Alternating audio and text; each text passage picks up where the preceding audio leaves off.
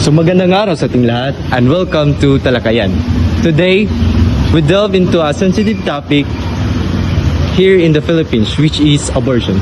So before we dive into that topic, so let's talk about what is abortion. So basically, abortion is the medical procedure or the use of medication which is tend to end the life of not totally born baby or in the fetus. So here with me today are my classmates in ethics, and they will provide their thoughts and their views about this topic using their own theories or using the different theories that Sir Ed discussed. So first, let's hear about Mr. Madrona's point of view or the thoughts of Mr. Madrona about this topic. So my theories is on divine command ethics. When it comes abortion, it is against Jude, because this theory states that what is good and bad measured by supreme being. So God given Moses commandments. So in this commandment, kill. So abortion, basically nipatay ka ng unborn child. So against you. Basically, you are totally against this topic, abortion. So thank you, Mr. Madrona. So next one is, let's hear from Mr. Tom point of view. Thank you. For my point of view, I will use utilitarianism. So, utilitarianism, in this case, abortion, it is more good than harm in terms nato karon, kay mostly nato kay gasalig pa ta sa atong parents. Then if ever makakuha tag unwanted pregnancy, I think ang best action or option kay i-abort. Kay if ever na baby, murag mas makadugang na siya problema sa atong future, sa atong dreams, sa atong parents nga nagpadako nato, nga naghatag nato kwarta, then sila nagpaskwela nato, then maghatag patag perwisyo nila if ever makabuntis tag or makabuntis tag inganana. Then I think abortion may best option yun, kay mo to makahatag siya more problems than it will than maka benefit siya sa atoa. So mao na akong side sa abortion. Miss Sam. So, I will use the objectivist ethics for this topic about abortion. So, basically, objectivist ethics kay, according to NRAD, objectivist ethics is human life itself is the supreme value. So, it views individuals' inherent rights and dignity. So, more on ang objectives kay more on conscious ka nang to preserve life. So in this case, ang abortion more on conscious siya ka nang against jud ang objectivist ani kay ani man ni siya ang kuan ni duha ni siya ka side ang need nimo i-consider so mura na siya kuan nga nang unborn fetus, the rights of unborn fetus versus the rights and choices of the mother or the pregnant woman. So sa objectivist ethics, sa iyang perspective kay ang abortion sa fetus kay it can be seen as a violation kay lagi to preserve life lagi, so bali against yun sila, but need sa nimo i-consider pod ang sides pod sa right and choices about sa mother kay wata kabalo kung unsa bod ang tawagan na kanang iyang reason nganong iya ipa-abort. So basically but if for short, ang objectivist jud kay against jud siya. So that is my side. Thank you, Miss Sam. So let's hear from Mr. So, according to John Rawls, the theory of justice, it is to promote a fair society. So, every society should be fair. So, every individual should have a freedom.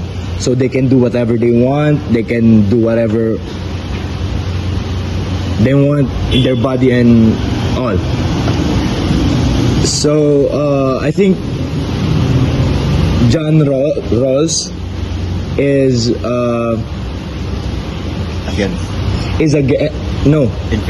in favor of abortions. So he Yeah, that's all. My topic is about Spinoza-Menosa, which means interconnectedness with each other to God or nature. With this in mind, I can connect this on abortion in the Philippines since the child has the right to live and all of us have the right to support the child. With this, we are all connected to God or nature. According to natural ethics, mali jud ang mupatay og tao, so dapat i-preserve jud nato ang kinabuhi. Kay about sa abortion, nakapabuntis man ka, so imo na lang jud ng panindigan imong nabuhat. Nya kanang dili na lang ipa-abort ang bata, imo lang buhion kay imo man ang gibuhat. So imo lang jud ng panindigan kung sa may tama. Correct. My theory is situational ethics. So, according to Joseph Fletcher, abortion should not be judged solely based on fixed rules or consequences, but should consider specific situations and selfless love. Imagine a woman facing unplanned pregnancy. Siyempre, maka-consider gid siya og abortion, no? Like, nagid siya yung mga reasons ba, kumbaga, na such like health risk or financial instability, di ba? Mga personal circumstances, good. So, mao na siya ikuan sa situational theory. Di siya ingon nga ni disagree, di pa siya ingon nga ni agree. So, mag-base rin siya sa situation. Oo. Depende. Hello everyone. Ang akong theory karon is Buddhist ethics tapos categorical imperative. So sa Buddhist ethics, ang principles niya is compassion, mindfulness, og ikatulo is non-harm. Sa categorical imperative naman is yung universal moral law ni mo. Okay. So example, naka sa sitwasyon na ang parent dili makasuporta sa anak. So abay ra gyapon ni sa situational ethics na agaagad lang sa sitwasyon.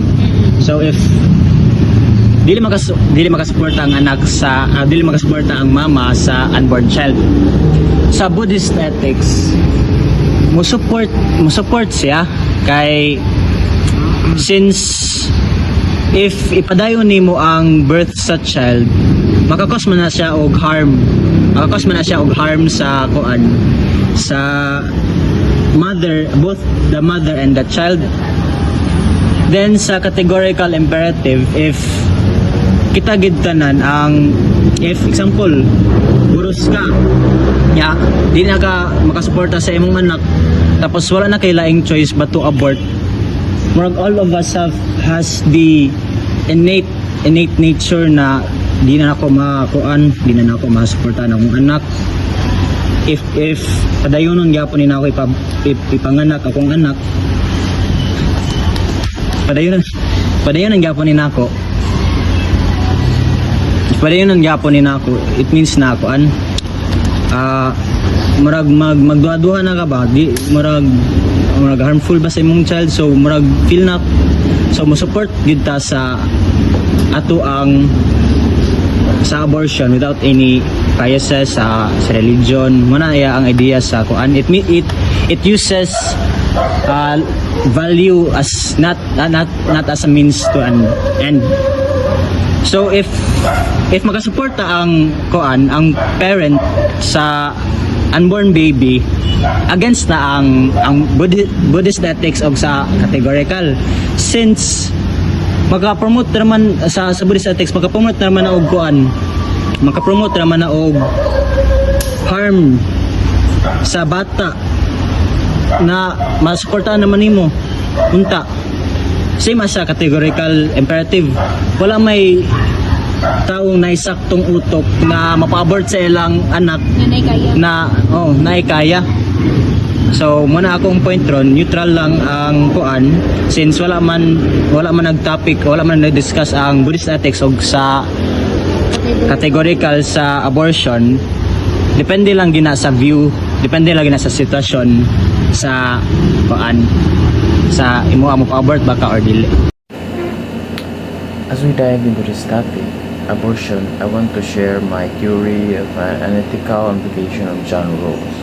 I believe that implications abortion should be considered through a fairness and impartiality. It means that encourages the protection of human rights while considering the potential life of the fetus. So na ibro ka principle nga support ani, which is the principle of liberty. The difference of principle, so the principle of liberty supports human rights na freedom na sa kapay to choose if iyabang yan ang fetus or dili. And in the difference principle, it ensures the abortion service for the reason nga giprotektahan ini ang poor and marginalized woman from further disadvantages.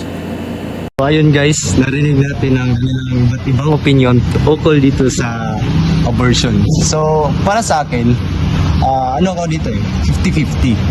So magbe-base ako dito sa Filipino ethics. So in Filipino ethics, may tinatawag tayong pagpapahalaga sa